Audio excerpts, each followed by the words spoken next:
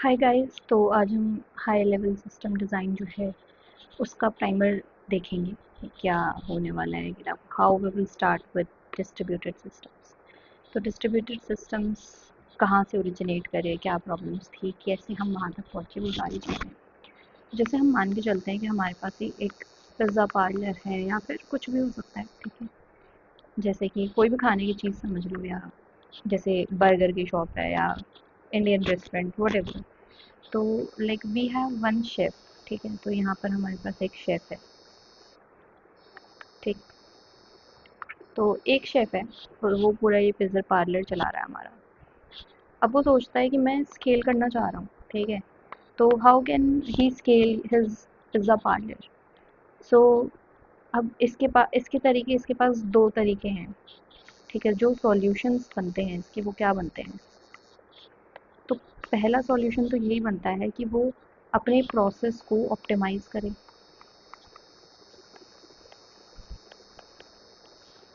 ठीक है, ताकि जो थ्रूपुट है वो इंक्रीज़ कर सके,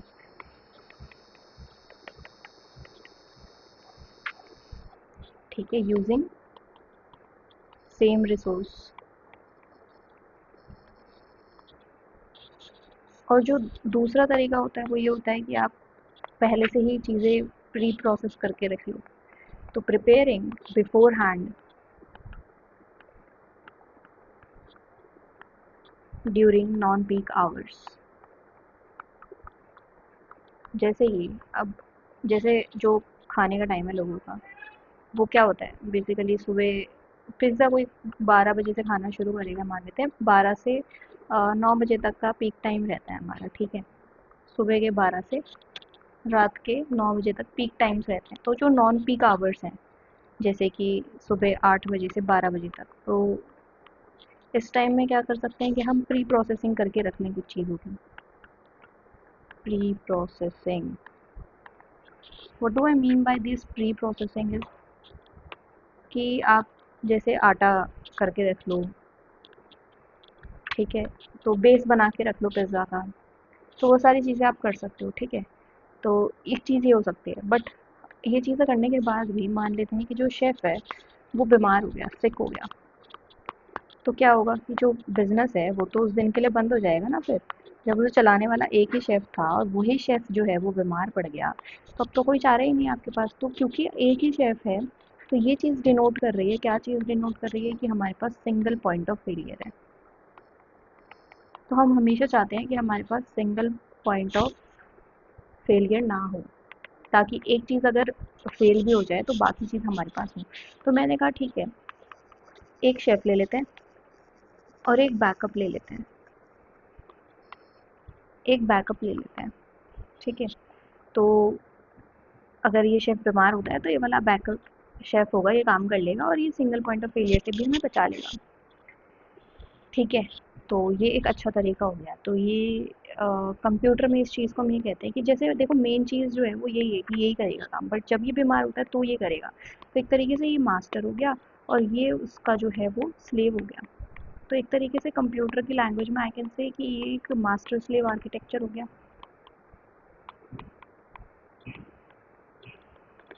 ठीक है। अब मैंने कहा कि दूसरा तरीका क्या हो सकता था। अ, मतलब ये दूसरा नहीं है क्या, एक बार पॉइंट्स करना शुरू करते हैं। पॉइंटेड विद दिस कलर और दिस, ठीक है। सबसे पहले हमने बोला कि ऑप्टिमाइज़ कर लो चीज़ों को। तो पहला पॉइंट तो ये हो गया कि लेट्स ऑप्टिमाइज़। दूसरा पॉइंट ये हो गया कि चलो भाई प्री प्रोसेसिंग कर ली। तीसरा हो गया कि हमने बैकअप रख लिया। तो ये तीसरा तरीका हो गया कि हम किस तरीके से अपने बिजनेस को सुधार रहे हैं। चौथा तरीका क्या हो जाएगा कि आप हायर करो मोर रिसोर्सेज, ठीक है। जितने ज़्यादा लोग होंगे उतना ज़्यादा काम होगा। तो ये जो हायर मोर रिसोर्सेज होता है ना कि भाई ज़्यादा लोग होंगे तो ज़्यादा काम निकलेगा, तो इसको हम कहते हैं this is nothing but horizontal scaling, ठीक है। Horizontal scaling. और ये जो होता है ना कि हम ऑप्टिमाइज़ कर लेते हैं ऐसे चीज़ों को, या फिर उसी जो इंक्रीज सेम रिसोर्स को यूज़ करके थ्रूपुट बढ़ाने की कोशिश करते हैं। इसे हम कहते हैं वर्टिकल स्केलिंग। ठीक है, तो जब हमें स्केलिंग करनी होती है ना, तो आप ये देखोगे कि स्केलिंग में हमारे पास जो है वो दो टर्म्स आ रही होंगी बेसिकली। ठीक है, क्या क्या आ रही होंगी?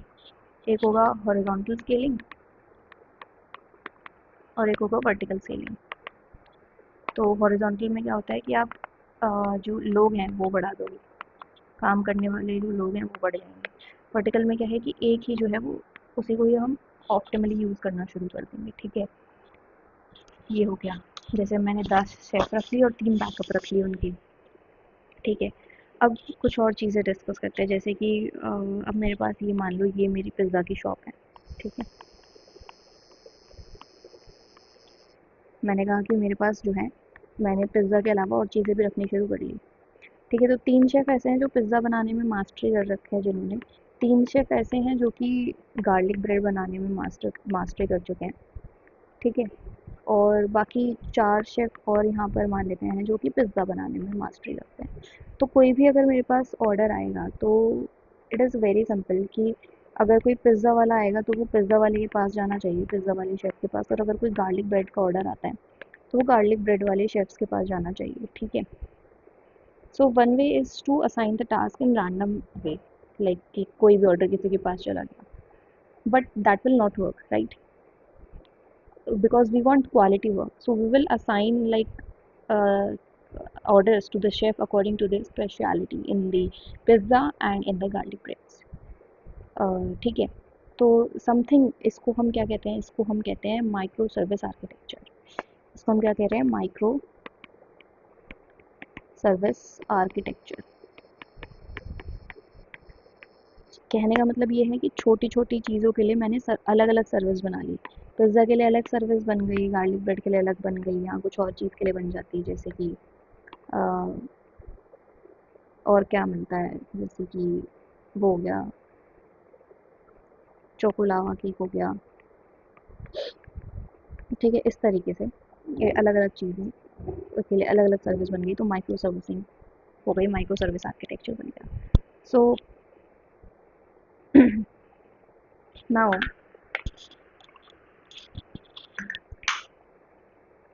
कंसीडर करते हैं कुछ और चीज़, जैसे कि नाउ आई एम सेइंग कि on a day if the electricity goes out, then अगर एक ही जगह पर मेरा पिज़्ज़ा शॉप थी, तो अगर वहाँ पर लाइट नहीं आएगी तो पूरी शॉप जो है वो पूरी जो ये शॉप है वो नॉन फंक्शनल हो गई। क्या फंक्शन होगा? यहाँ पर कोई फंक्शन नहीं होगा। तो हम कह रहे हैं कि पूरी पिज़्ज़ा शॉप का एक और बैकअप रख लेते हैं। ठीक है, तो एक पिज़्ज़ा शॉप यहाँ हो गई और दूसरी पिज़्ज़ा शॉप यहाँ हो जाएगी। तो अगर यहाँ इलेक्ट्रिसिटी नहीं आ रही बट यहाँ तो आ रही है, तो जो ऑर्डर यहाँ पर आ रहे थे तो जो ऑर्डर यहाँ पर आ रहे थे वो ऑर्डर्स हम यहाँ शिफ्ट कर देंगे, यहाँ भेज देंगे और बना देंगे। ठीक है, तो ये हमारा हो जाता है डिस्ट्रीब्यूटेड सिस्टम,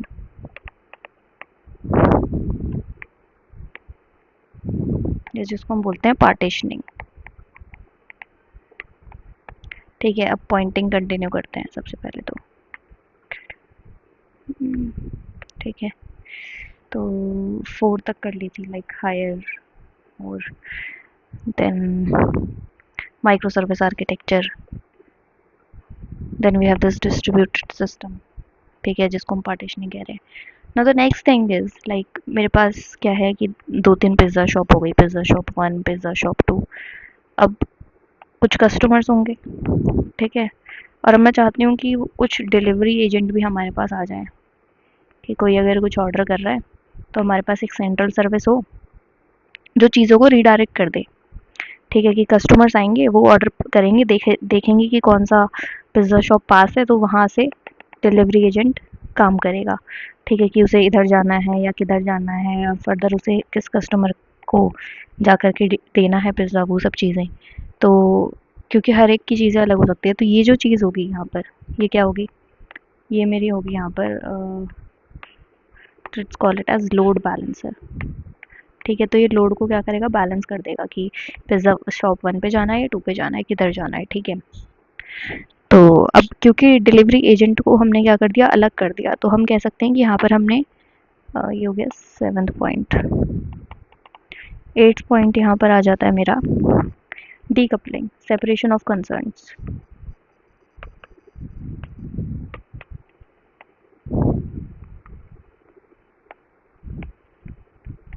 पिज़्ज़ा बनेगा अलग, डिलीवरी एजेंट के लिए अलग हो गया, तो सेपरेशन ऑफ कंसर्न हो गया यहाँ पर। ठीक है, नाउ अब हम ये कह रहे हैं कि सपोज कर लेते हैं कि हमारे जो पिज़्ज़ा के अवन्स हैं दे समहाउ गॉट फॉल्टी। ठीक है, तो A one gets faulty, then what I can say is कि या फिर कोई डिलीवरी एजेंट जो है